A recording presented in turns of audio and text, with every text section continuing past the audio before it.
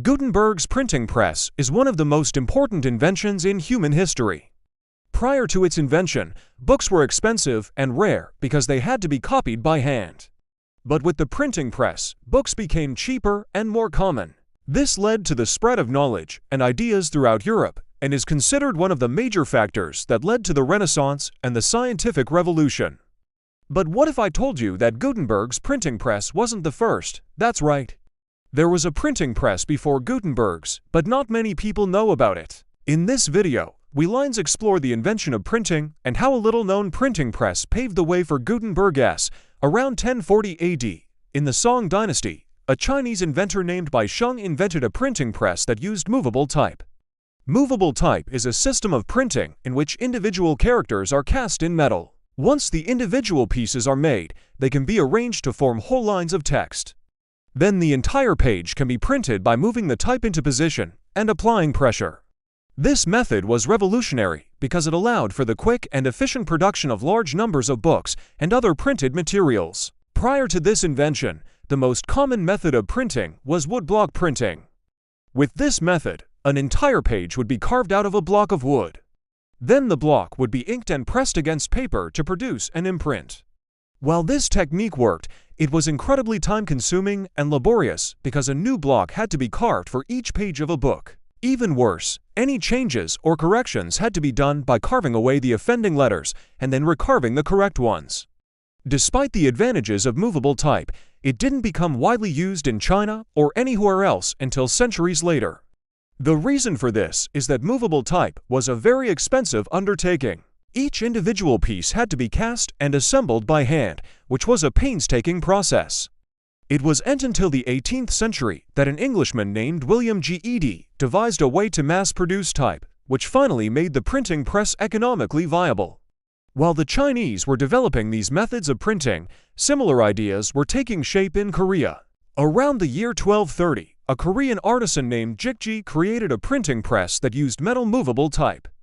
Like Bai Sheng's invention, Jikji's printing press helped to spread knowledge and education throughout Korea. In fact, the very book that Jikji's press was used to print is now known as the Jikji Simchi Yojil, or the Tripitaka Koreana. It is a collection of Buddhist scriptures that was printed during the 13th century and is considered to be the world's first metal movable type printing.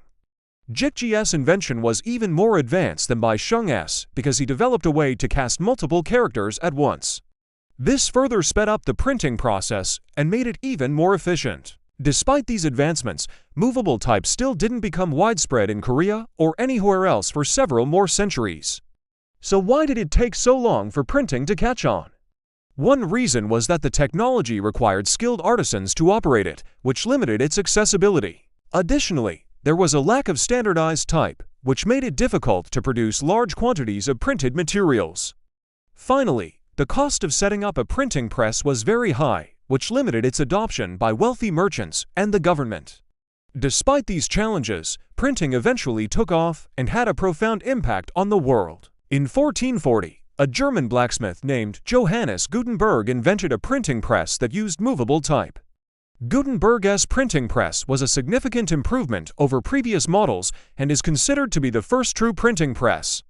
It used a screw press, which allowed for much greater pressure to be applied to the paper, resulting in higher quality prints. Gutenberg also developed a system for mass-producing type, which made the printing process much faster and cheaper.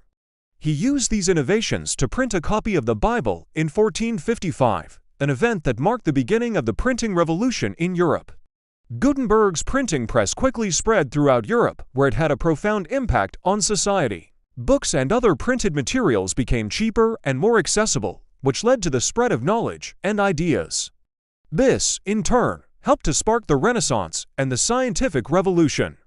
In conclusion, while Gutenberg's printing press is rightly considered to be one of the most important inventions in human history, it's important to remember that he wasn't the first. Both Bai Sheng and Jikji developed innovative printing presses that used movable type, but their inventions didn't have the same impact as Gutenberg's.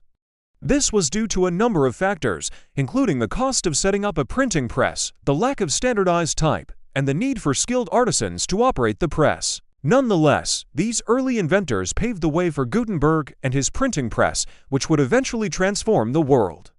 Now it's time for you to make history by clicking that like button if you haven't already. Thanks for watching.